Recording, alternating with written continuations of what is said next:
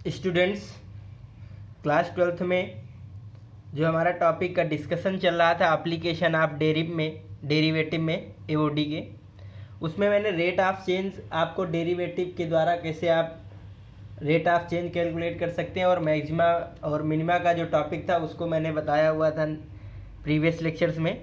यहाँ के जो आज के लेक्चर्स का जो बहुत ही बढ़िया टॉपिक है ये भी एरर एंड अप्रॉक्सीमेशन।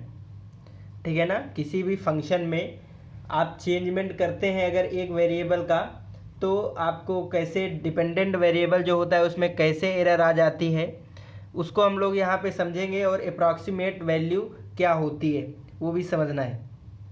पहले मैं आपको रिकॉल करा दूं हल्का से कि अप्रॉक्सीमेट वैल्यू ये समथिंग एटी से है क्या।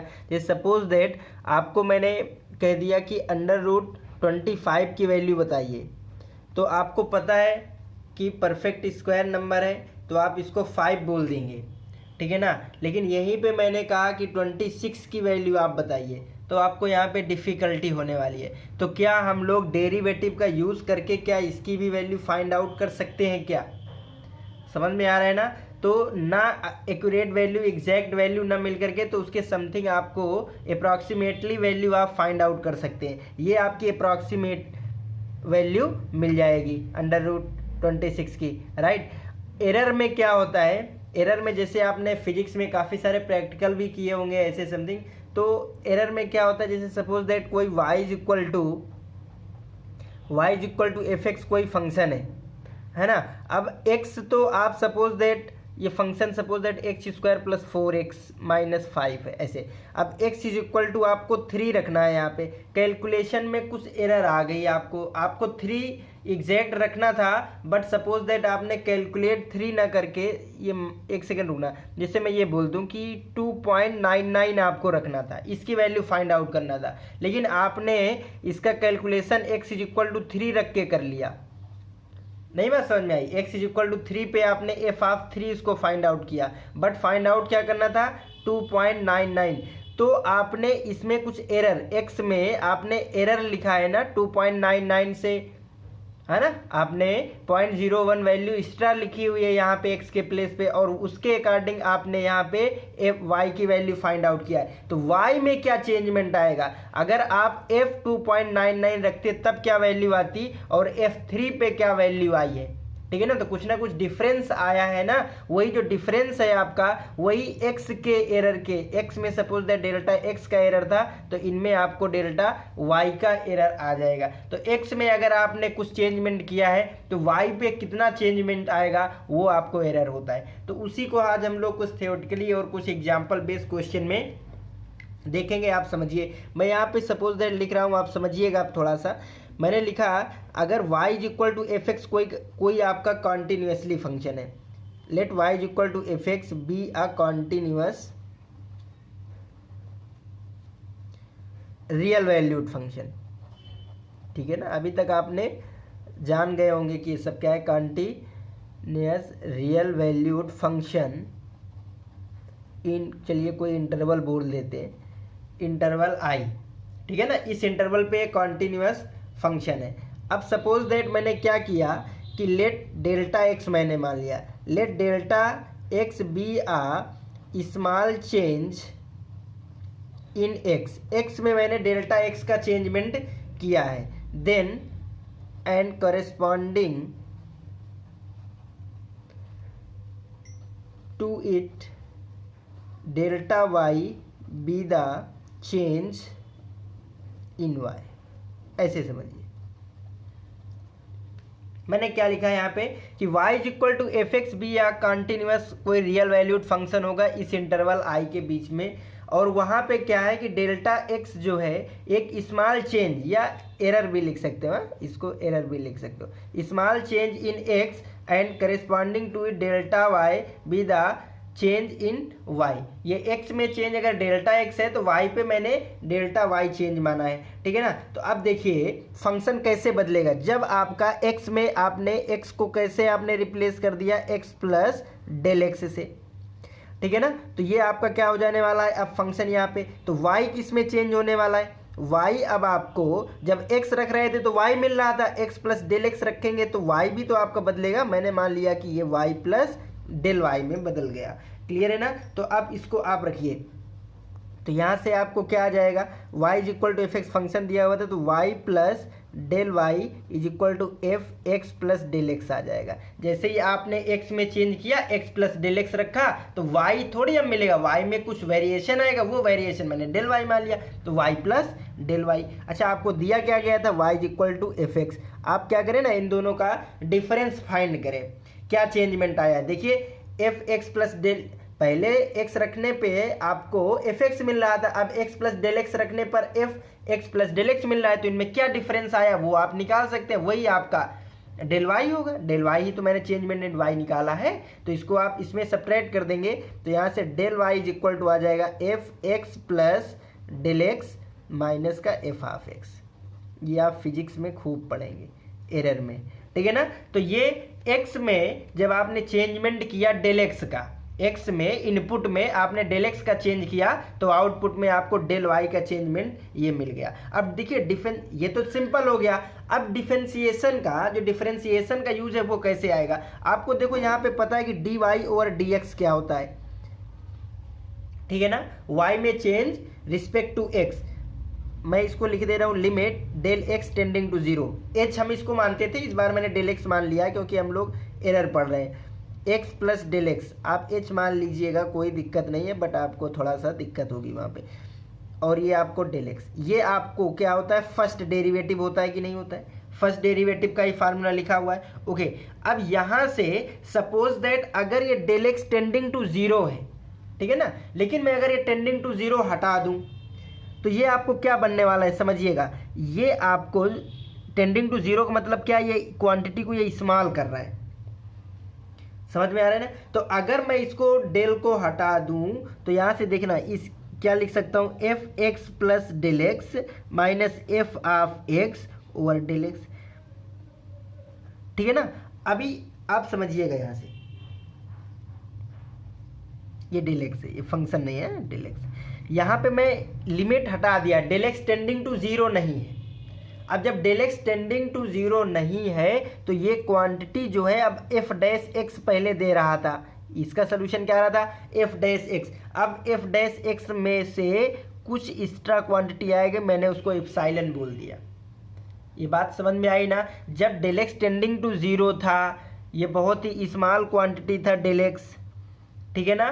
अब डेल एक्स स्मॉल ना होकर के कुछ बड़ा ऐसा हो जाएगा, टेंडिंग टू जीरो मैंने हटा दिया जब, तो कुछ मतलब जीरो से आपने गड़बड़ी कर दिया, जीरो के पास की वैल्यू ना लेकर के आप और कुछ वैल्यू लेना चाह रहे हैं शायद, यहाँ पर वो भी वैल्यू आ गई ना, तो उसके अकॉर्डिंग एफ डैश एक्स भी पहले छोटा आ रहा होगा, अब कुछ बड़ा आ गया एप्सिलॉन, ये एप्सिलॉन भी जीरो है। ये ऐसे है कि सपोज दैट जब आप डेल एक्स को जीरो की ओर ले जाएंगे, तो ये एप्सिलॉन भी जीरो की ओर चला जाएगा। एप्सिलॉन बहुत ही स्मॉल क्वांटिटी है, अगर डेल एक्स आप बढ़ाते चले जाएंगे तो एप्सिलॉन आपका बड़ा होता चला जाएगा, वो इस सेंस में है। तो अब यहाँ पे समझिएगा, f x plus del x minus f of x, इस डेल एक्स का इधर मैंने मल्टीप्लाई करा दिया, तो ये आपका f dash x del x plus epsilon del x, ये आ गया। समझ रहे हैं आप, ये f x plus delta x minus f x की आई है, ये जो आप डेल वाई यहाँ से निकाल रहे थे, वही डेल वाई की वैल्यू यहाँ से आई है। तो यही तो आपका एरर था, वही एरर आपकी यहाँ पे भी आ गई, समझ रहे हैं ना, वही एरर आपको यहाँ से भी आ गई।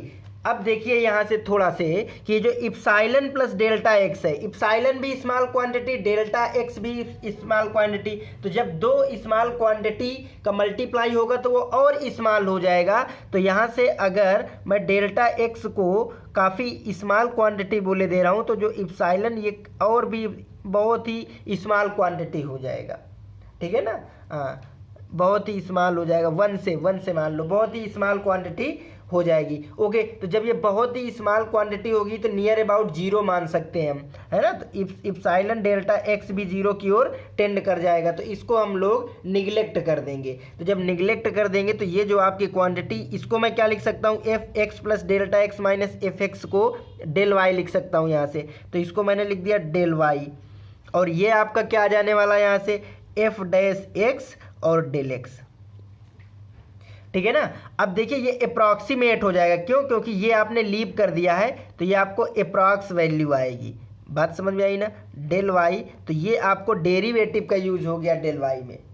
यहाँ से जो एरर वाई पे आप फाइंड कर रहे थे वो फंक्शन का वाई पे डिफरेंस था, बट यहाँ पे डेरिवेटिव का यूज आपने कर लिया कि जो वाई पे चेंज आएगा डेल वाई वो एफ डैश एक्स और डेल एक्स होगा। ये बात समझ में आ गई, ये तो एरर की बात हो गई। अच्छा, इस वाले फंक्शन को अभी और आप देखिए, इस वाले इक्वेशन को मैं इधर लिख रहा हूँ, यहाँ से देखिएगा जब मैं इसको लीव कर दूंगा तो अभी ये क्या बनने वाला है, ये हो जाएगा F x plus del x, और इस एफ एक्स को मैंने उधर भेज दिया तो ये हो जाएगा आपका एफ एक्स और प्लस ये आपका आ जाएगा f dash x del x. बात समझ में आई ना। इस वाले इसको भी मैंने लीव कर दिया तो ये भी अप्रॉक्सीमेट हो जाएगा, समझिए। तो ये आपका जो है ये यहाँ पे एरर आ रही थी और ये अप्रॉक्सीमेट वैल्यू होगी किसी भी फंक्शन की, किसी भी फंक्शन की approximate value x plus delta x पर अप्रॉक्सीमेट वैल्यू आएगी। y वैल्यू क्या थी फंक्शन की, x पर थी, x पर फंक्शन की वैल्यू क्या थी y, but x plus del x पर जो फंक्शन की वैल्यू आई है वो किसके इक्वल हो जाएगी, वो इसके इक्वल हो जाएगी। तो ये अप्रॉक्सीमेट वैल्यू होगी F x plus F dash x D x. समझ में आया ना। तो ये एरर है डेल वाई एक्स में चेंजमेंट के अकॉर्डिंग वाई में जो चेंजमेंट आ रहा है डेल वाई, ये डेल वाई है और ये अप्रॉक्सीमेट वैल्यू है। बात समझ में आ गई होगी आपको, ठीक है ना। अगर इसको हम लोग थोड़ा ज्योमेट्री से देखें तो और आपको अच्छा लगेगा कि ये हो क्या रहा है एक्चुअल पर, ठीक है। देखिए जैसे यहाँ पे आप समझिए, मैंने ये एक लिया फंक्शन, ये पॉइंट पे हम इसका चेक करने चाह रहे हैं, ठीक है। इस पॉइंट पे, ये पॉइंट सपोज दैट इसका मैंने पी ले लिया यहाँ पे फंक्शन का, और ये एक्स, ये ओरिजिन है 0 0 एक्स एक्सिस और वाई एक्सिस। तो ये आपका यहाँ पे एक्स होगा तो ये वाई होगा, तो इस पी का कोऑर्डिनेट मैं एक्स कामा वाई बोल सकता हूँ, ओके। ये एक्स है यहाँ से इतना, तो और इतना ये जो आया है आपका ये आपका वाई हो जाएगा, ओके। अब मैं एक्स में स्मॉल चेंज कर रहा हूँ, है ना, एक्स में मैं स्मॉल चेंज कर रहा हूँ, ये फंक्शन आपका y is equal to F x है। तो मैं यहाँ पे सपोज दैट आ गया, तो ये आपका स्मॉल चेंज है एक्स में, तो ये डेल एक्स हो गया, ये डेल एक्स हो गया। तो इसके अकॉर्डिंग आपको यहाँ जो पॉइंट मिलने वाला है, सपोज दैट ये पॉइंट मिलेगा, मैंने इसको क्यू बोल दिया, तो क्यू क्या हो जाएगा, x plus del x. Y में भी तो चेंजमेंट आ जाएगा, अब वाई क्या आ जाएगा इधर आप समझ सकते हैं, ये आपका वाई था, वाई में इतना चेंजमेंट आ गया, इसको मैंने डेल वाई बोल दिया, ये डेल एक्स और ये डेल वाई, तो ये हो जाएगा वाई प्लस डेल वाई। बात समझ में आ रहा है ना, ओके। अगर अब यहां से आप समझिए, अगर मैं इस पी पॉइंट पे स्लोप, क्योंकि जो d Y over D x होता है ये आपका क्या होता है, ये होता है एक्चुअल में आपका इन्हीं का रेशियो होता है, बट डेल यहाँ पे क्या होता है, बहुत ही स्मॉल होता है, ये आपका बहुत ही स्मॉल होना चाहिए, है ना, इंस्टेंटेनियस, जैसे मैंने रेट ऑफ चेंज में बताया था यहाँ पे, क्लियर। तो अगर मैं यहाँ पे स्लोप खींचूँ, आपको पता है जो फर्स्ट डेरिवेटिव होता है वो आपका स्लोप बताता है उस पॉइंट पे, क्लियर है ना। तो ये एक्स कामा वाई पे, ये जो एक्स कामा वाई है, एक्स कामा वाई पे ये स्लोप होगा पी पॉइंट पे, क्लियर है ना, इस टेंजेंट का स्लोप होगा। अगर ये मैंने थीटा बोला तो यहाँ से क्या आने वाला है ये समझिएगा आप, यहाँ से m is equal to tan theta is equal to d d x of y, इस फंक्शन का एट पी,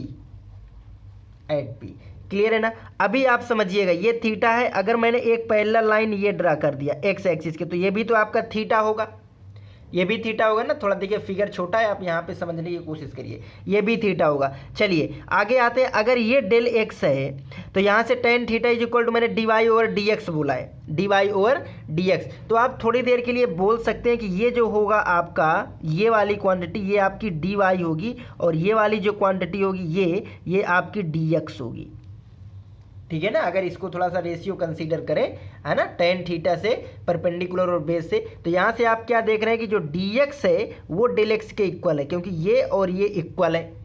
बट यहाँ से जो डेल वाई है, डेल वाई कितना है ये, तो बोले डेल वाई कितना है इतना, बट डी वाई कितना है, डी वाई तो इतना है। तो यहाँ से जो डेल वाई आया है ये लिखे दे रहे हैं, ठीक है ना, डेल वाई ये अप्रॉक्सीमेटली इक्वल है आपका डेल एक्स के, dy के इक्वल नहीं है, क्योंकि ये आपका इतना है और ये आपका इतना है। ये कब हो जाएगा? अगर q टेंडिंग टू p हो जाए, अगर q आपको p की ओर टेंड कर जाए, ये q इधर आ जाए, तब यहाँ पे आपका जो होगा dy ये इक्वल हो जाएगा डेल y के। बात समझ में आ रहा है ना? अगर q आपको इधर टेंड कर जाएगा, तो जब q आपको p की ओर टेंड करेगा, तो जो आपका डेल एक्स है वो कहाँ पे टेंड कर जाएगा? जीरो की ओर टेंड कर जाएगा। तो जब आपकी dy ओवर dx है, ये डेल y ओवर dx है, ये आपको dy ओवर dx में चेंज हो जाने वाला है। बात समझ में आ रहा है ना? तो ये आपका होता है अप्रॉक्सीमेट वैल्यू, कि अगर x पर आपको वैल्यू निकालनी थी ये, अब आप वैल्यू कहाँ निकाल रहे हैं? यहाँ पे तो आपको चेंजमेंट इस ढंग से आने वाला है, तो dy ओवर dx में भी चेंजमेंट आएगा। यहाँ पे dy ओवर dx जो है वो यहाँ पे होगा, बट q पे जो होगा, q पे चेंजमेंट आपको इस हिसाब से देखने को मिलेगा। अगर वो चेंजमेंट बहुत ही स्मॉल है तो वही आपका फिर से डेरिवेटिव आने वाला है। तो इस केस में ये तो इक्वल होता है, ठीक है ना, dx और ये डेल एक्स इक्वल होता है, बट dy और डेल y इक्वल नहीं होते, ठीक है ना। तो यहाँ से अगर हम dy ओवर dx को तभी लिखते हैं f डैश x, ठीक है ना। अब डेल एक्स को आप मल्टीप्लाई कर दो, तो यहाँ से जो dy और ये dx है, यहाँ से f डैश x, और इधर मैं डेल एक्स का मल्टीप्लाई कर दूँ, इधर भी डेल एक्स का मल्टीप्लाई कर दूँ, तो ये तो सेम है, आप ऐसे समझ सकते हैं, दोनों है सेम। तो यहाँ से dy की प्लेस पे अगर मैं डेल y करूं, समझ में आ रहा है ना? हाँ, तो ये आपका ऐसे आ जाएगा, dy is equal to f dash x del x, ये आ जाएगा ना। अगर इसको मान लो कैंसिल आउट हो जाएगा, तो ये dy इज इक्वल टू इतना आ जाएगा।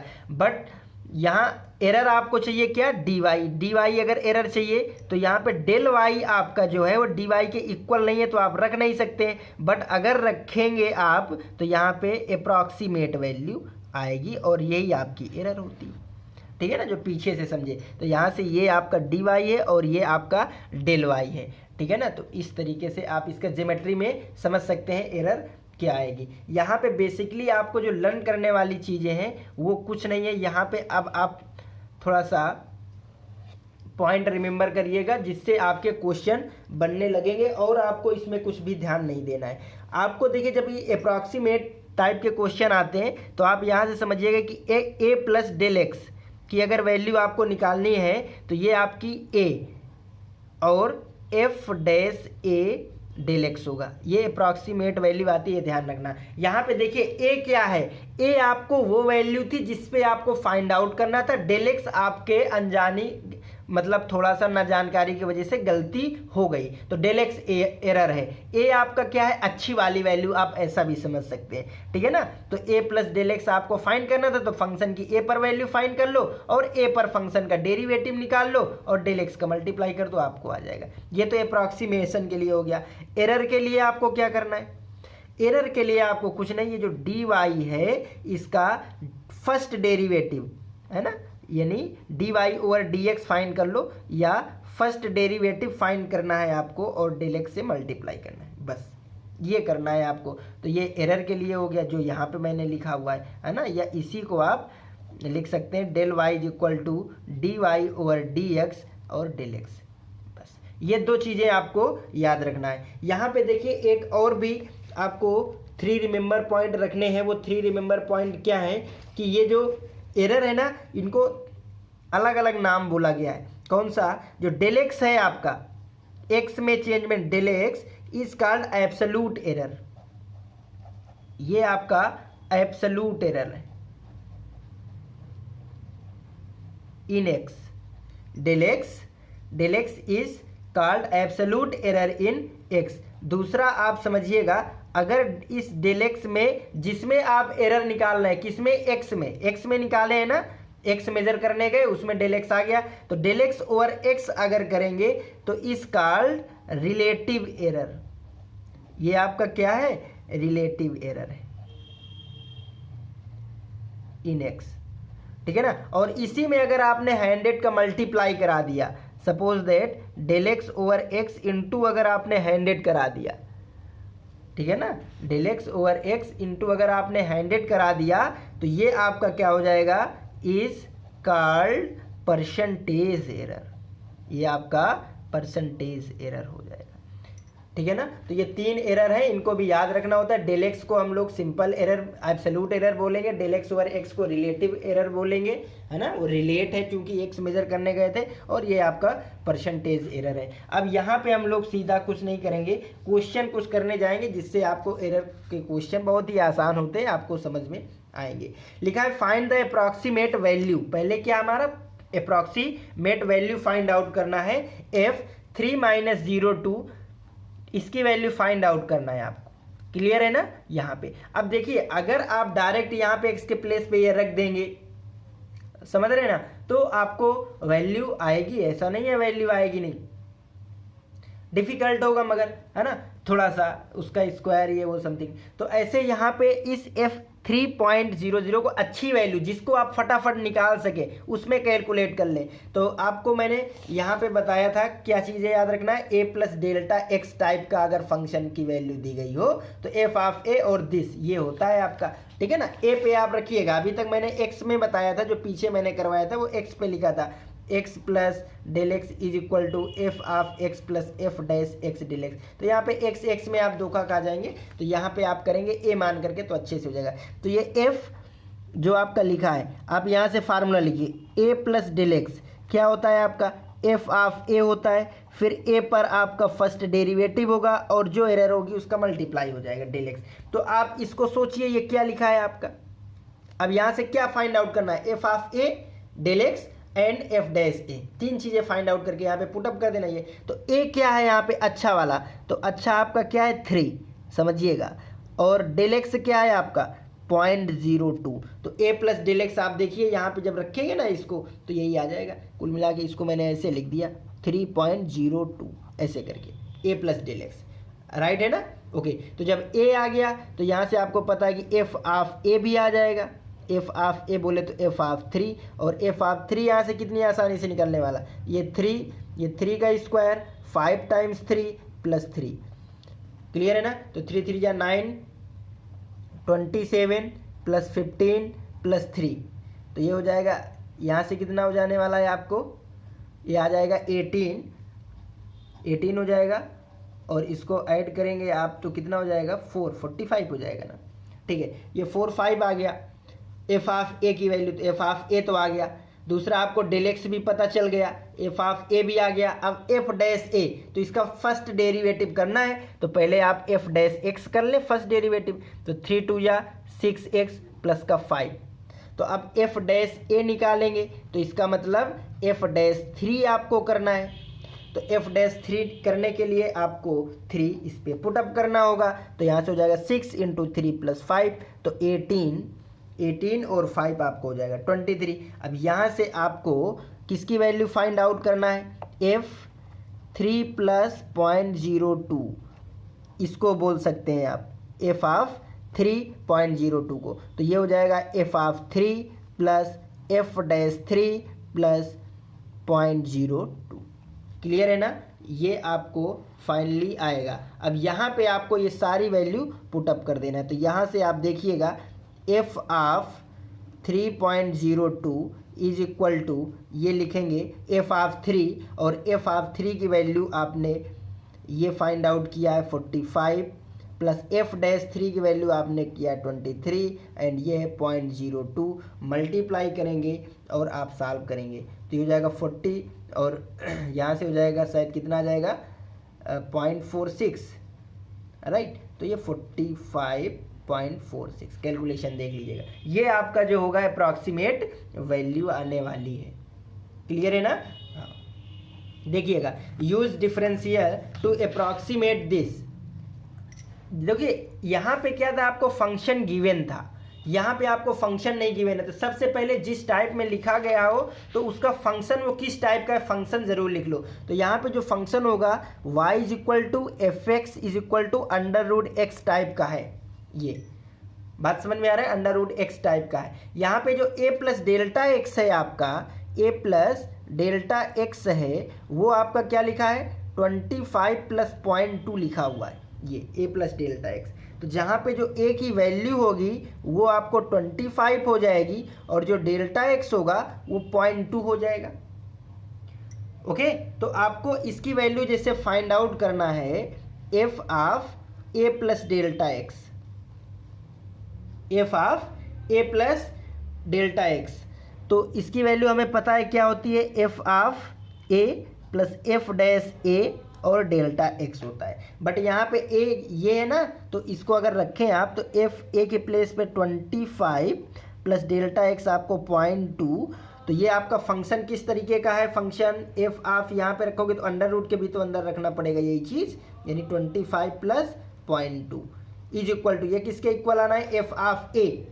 तो एफ ऑफ ए यानी यहाँ पे रखोगे तो अंडर रूट ए, और ए क्या है 25 प्लस एफ डैश ए, तो इसका एफ डैश ए निकाल लो, अभी तो इसका एफ डैश कर लो। तो एफ डैश एक्स जब करोगे तो 1/2 अंडर रूट एक्स आ जाएगा। तो जब ए रखोगे तो 1/2 अंडर रूट ए बोले तो 25, 1/√25। बात समझ में आ रही ना। डेल्टा एक्स का मल्टीप्लाई, डेल्टा एक्स आपका क्या है 0.2, और सॉल्व कर लो तो यहाँ से आ जाएगा 5, यहाँ से आ जाएगा 1 2 × 5 और ये हो जाएगा 0.2। बात समझ में आ रहा है ना। तो ये आपका आ जाएगा 5 और यहाँ से हो जाएगा आपका कितना हो जाने वाला है, 5 2 जा 10, ठीक है ना।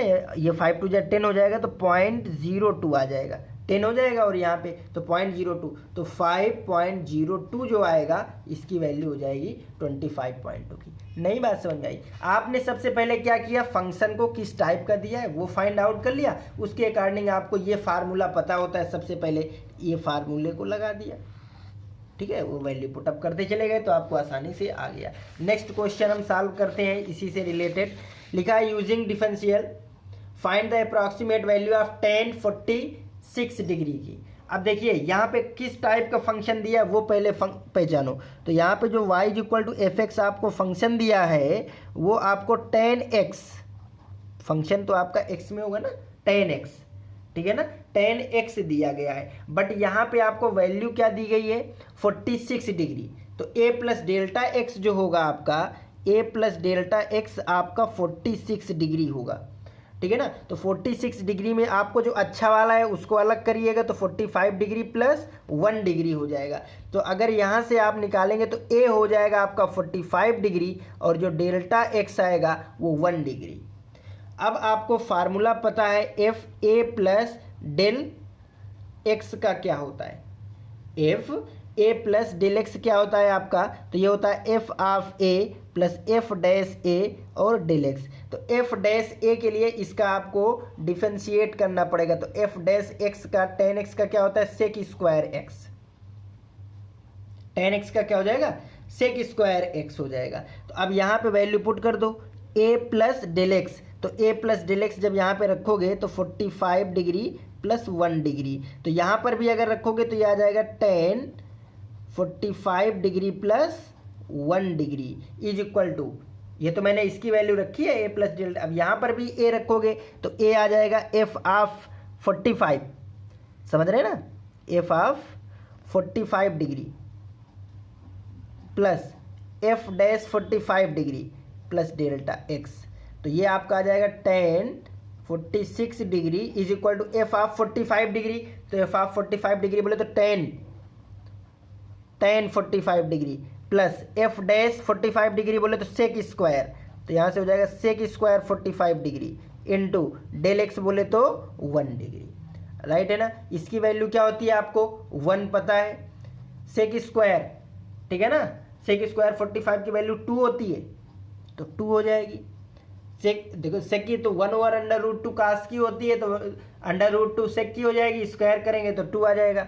और 1 डिग्री की वैल्यू यहाँ पे दे रखा है इसने दिस, तो इसको पुटअप करेंगे तो 0.01745 ऐसे कुछ करके आएगा। तो ये 1 प्लस इसका मल्टीप्लाई कर देंगे 10 9 14 3 0 एंड समथिंग, तो बस इसको ऐड करेंगे तो आपको ये जो अप्रॉक्सीमेट वैल्यू आने वाला है 1.03490, ये tan 46 डिग्री की आने वाली है। तो कितने इजी क्वेश्चन है, आप आसानी से इनको कर सकते हैं। इसी तरह का मैंने एक और क्वेश्चन लिखा है use differential find the approximate value of this, इसकी वैल्यू आपको फाइंड आउट करना है। तो a प्लस पहले किस टाइप का फंक्शन है, तो y = f(x) आपका अंडर रूट टाइप का है, क्योंकि अंडर रूट स्क्वायर रूट लगा है, क्यूब रूट लगा होता, जो भी लगा होता उसको लिख देते, राइट। यहाँ पे a प्लस डेल एक्स आपको क्या दिया गया है, 0.037, राइट। तो इसमें अच्छा क्या है,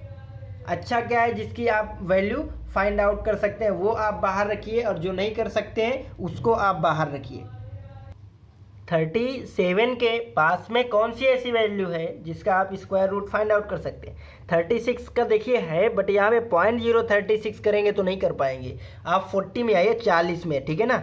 तो इसको मैं क्या लिख सकता हूँ आप समझिएगा, इसको मैं 0.040 माइनस 0.003, क्लियर है क्या, यही आने वाला है। अब यहाँ पे देखिए इसका स्क्वायर रूट आपको पता हो जाएगा फट से, क्या आने वाला है, 0.2 आ जाएगा इसका, समझ रहे हैं, क्योंकि डेसिमल के बाद जीरो है, कोई मतलब नहीं, तो 0.2 हो जाने वाला है यहाँ पे। तो आपको जो ए की वैल्यू है, ए आपको आ गया 0.040, और जो डेल एक्स आएगा आपको वो निगेटिव साइड आएगा, माइनस का 0.003, माइनस भी लेना है भैया, है डेल एक्स इस बार, ये आपको आने वाला है। ओके, तो इसका डेरिवेटिव भी कर लो आप सीधा, तो एफ डैश एक्स सबको पता है 1/2 अंडर रूट एक्स आने वाला है। अब चलिए आपको क्या फाइंड आउट करना है, ए प्लस डेल एक्स, ये आपको पता है क्या होता है, F of a, f dash a and del x, ठीक है ना। तो यहाँ पे किसकी वैल्यू है आपको, ए, ये आपका है 0.040 प्लस डेल एक्स कितना है आपको, डेल एक्स दिया गया है -0.003, सही है ना। ओके, ये इसको सॉल्व आउट करेंगे तो यही आपको आना चाहिए। ओके, इज इक्वल टू, यहाँ पे आपको अंडर रूट के अंदर यही आ जाएगा, तो मैं लिखे दे रहा हूँ 0.037 is equal to F of A. तो एफ ऑफ ए बोले तो यहाँ से F of 0.040 plus F dash 0.040, del X कितना है आपको -0.003, तो एफ ऑफ 0.040 तो यानी under root 0.40 plus F dash यहाँ पे रखोगे तो 1/2, सॉरी ये नहीं है, 0.040, और ये आ जाएगा माइनस का 0.003। अब इसका आपको निकला है 0.2 होगा, इसका 0.2 होगा कि नहीं, आप मल्टीप्लाई करिएगा तो 0.02 आपको दिख जाएगा, इसका 0.2 ही होने वाला है, ये जीरो मत काउंट सोचना कुछ। और यहाँ पे क्या आ जाएगा, प्लस 1/0.2 इसका हो जाएगा, और ये तो ये आपका हो जाएगा 0.4, और ये तो माइनस का आपको 0.003 होने वाला है। अब इसको आप कैलकुलेट कर लीजिए, सिंपली हो जाएगा ना कैलकुलेशन इसका, नहीं, और सब्ट्रैक्शन आएगा तो सब्ट्रैक्शन जरूर कर लीजिए, मैं इधर कर दे रहा हूँ, आप यहाँ पे समझ लीजिए। तो ये आपका आ जाएगा 0.2, और ये आ जाएगा माइनस का 1/, देखिए 3 डिजिट है यहाँ पे, 1 डिजिट बाद इधर डेसिमल लगाए तो 2 0 इधर आ जाएंगे, ठीक है ना। हाँ, अब इसको आप ये हो जाएगा 0.2 माइनस 4 से इसको करिएगा तो आपको जब डेसिमल आएगा तो कितना हो जाएगा, ये आपका 1925 आएगा डेसिमल में, ठीक है।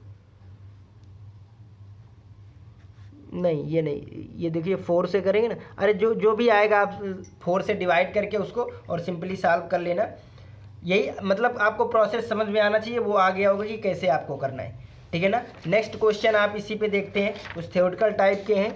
आप यहाँ पे समझिए, लिखा है कि find the approximate change in volume v of a cube of side x metre caused by increasing the side by 2%, ठीक है ना। आपको क्या दिया गया है यहाँ पे कि उसके वॉल्यूम में जो क्यूब के है चेंज आ रहा है, जब उसकी साइड में चेंज आप 2% का करे दे रहे हैं तो वॉल्यूम में क्या चेंज आएगा। ओके, अभी इसका आपको वॉल्यूम क्या होता है, वॉल्यूम आपको पता है ना, साइड की पावर 3 होता है, साइड की पावर 3 होता है। ओके, ये आपको 2% क्या दिया गया है, अगर साइड x है तो ये परसेंटेज एरर है, जो आपको होता है del x over x into 100, ये होता है, यही होता है ना, ये वाला डेल ले लेते हैं, यही हमने लिया था, del x over x into 100 होता है आपको। और आपको पूछा गया है अप्रॉक्सीमेट चेंज इन वॉल्यूम, यानी आपको डेल v पूछा गया है इस बार, del v।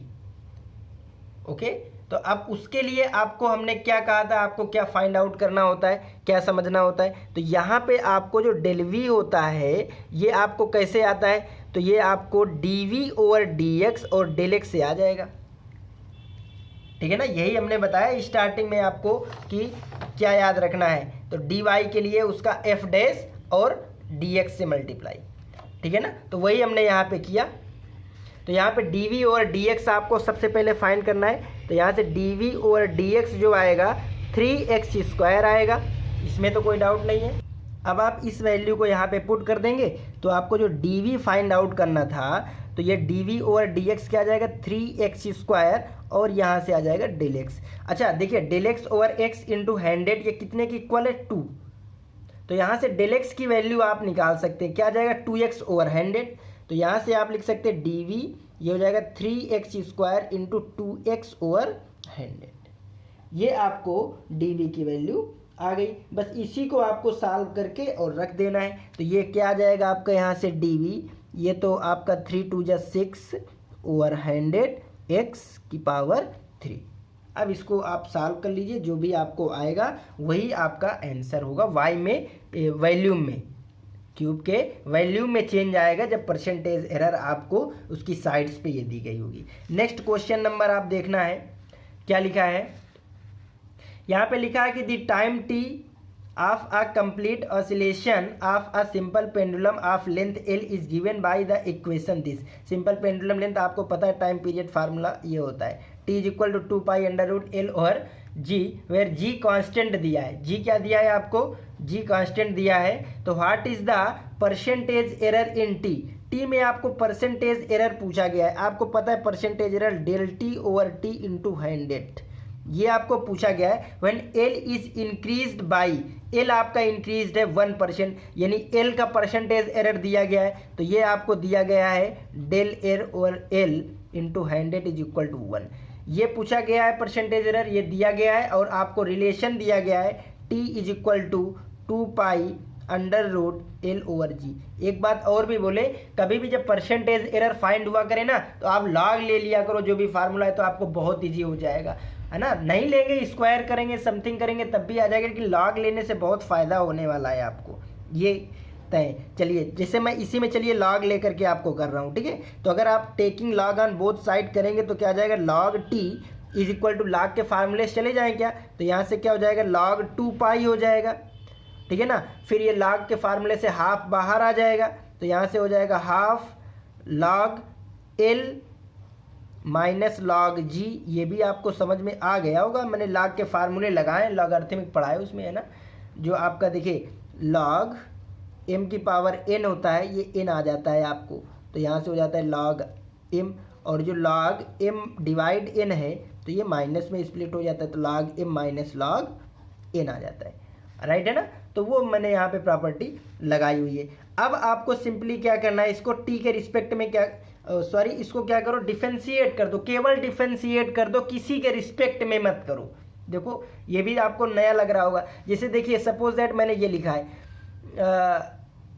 y is equal to x² plus 5x लिखा है। मैंने कहा चलिए इसको x के रिस्पेक्ट में डेरिवेटिव करो, तो आपने क्या किया, dy ओवर dx किया, ये आपने 3x लिखा और यहाँ पे 5 लिखा, ठीक है ना। ये x के रिस्पेक्ट में हो गया। मैं इसका कहा कि आपको डिफरेंशिएट करना है, किसके रिस्पेक्ट में पता नहीं, तो तो ये आपका y क्या हो जाएगा, आपको सीधा dy, y क्या होने वाला है dy, इधर ये क्या हो जाएगा 3x² और x का हो जाएगा dx प्लस 5dx, ये हो जाने वाला है। आप किसके रिस्पेक्ट में कर रहे हैं, x के रिस्पेक्ट में करेंगे तो यहाँ पे x लगाएंगे, dx लगाएंगे, यहाँ dx यहाँ dx, तो ये हट जाएंगे ऑटोमेटिक। t के रिस्पेक्ट में करेंगे तो सबके नीचे t आ जाएगा। वो चीज़ होता है ओनली डिफरेंशिएट, किसके रिस्पेक्ट में पता नहीं, तो वो मैं अपन क्या करेंगे, इसका केवल डेरिवेटिव करेंगे। तो log t का होगा उसी तरीके से, पूरे फार्मूले सब उसी तरह हो जाएंगे। तो log t का आपको पता है 1/t, और t का करेंगे फिर से तो ये हो जाएगा आपका dt, क्योंकि आपको ये बनाना है। देखो बात समझ में आ रही ना, ओके। 2π का करेंगे तो 0 हो जाएगा, ये हो जाएगा 1/2, और log L का करेंगे तो 1/L और dl, और log g का करेंगे, g क्या है आपका कांस्टेंट, तो log g भी कांस्टेंट होगा तो ये भी आपका क्या हो जाएगा, 0 हो जाएगा। तो यहाँ से आपको क्या आ गया, आप उसको देखिए, यहाँ पे आपको आ गया dt/t इज इक्वल टू 1/2 और ये हो जाएगा आपका dl/l। ये बात आपको समझ में आ गई होगी, क्लियर है ना? ओके, लेकिन यहाँ पे dt है, अगर हम इसको डेल टी बनाएंगे तो अप्रॉक्सीमेट आएगा, उसमें कोई दिक्कत नहीं है। देखो वो समझने की बात होती है, यहाँ पे आप फटाक से समझ लीजिए। तो आपको क्या चाहिए, यहाँ पे 100 का मल्टीप्लाई करा दीजिए तो ये दोनों आ जाएगा। तो 100 का हम मल्टीप्लाई करा दे रहे हैं, तो dt/t into 100 is equal to 1/2 और ये हो जाएगा dl/l इंटू 100। यहाँ पे मत समझना कि डेल है और ये डी है, मैंने बताया अप्रॉक्सीमेटली होता है ये, है ना? हाँ, तो यहाँ से इसकी वैल्यू आपको फाइंड आउट करना था, तो ये मैं चलो डेल लिखे दे रहा हूँ, del t/t into 100 is equal to half, और इसकी वैल्यू क्या दी गई है आपको, 1। बात समझ में आया ना? हाँ, तो आपको जो परसेंटेज एरर आया वो 0.5% आ गया, ठीक है ना? 0.5% एरर आ जाएगा टाइम पीरियड कैलकुलेट करने पे, ये आपको फाइंड आउट करना था, तो ये आ गया। दैट इज 1/2% जो होगी एरर हो जाएगी इन कैलकुलेटिंग टाइम पीरियड। जब टाइम पीरियड आप पेंडुलम का कैलकुलेट करेंगे तो इतनी एरर हो जाएगी जब 1% की एरर उसकी लेंथ में दी गई होगी, है ना? तो ये एरर एंड अप्रॉक्सीमेशन का टॉपिक था, उम्मीद है आपको समझ में आया होगा। बहुत ही इजी टॉपिक था, कोई ऐसा है नहीं है इसमें, और मैं एनसीईआरटी बुक का जितना भी है उसका मैं आपको सोल्यूशन भी कराऊंगा, अभी मैंने इसको समझाने का प्रयास भी किया है। नेक्स्ट टॉपिक हमारा जो होगा इसी में एओडी में, तो वो हमारा शायद टेंजेंट नॉर्मल या इंक्रीजिंग या डिक्रीजिंग अभी रह गया है, उनमें से किसी एक का कराना है। तो आज तक के लिए सभी का बहुत बहुत धन्यवाद, थैंक्स वेरी।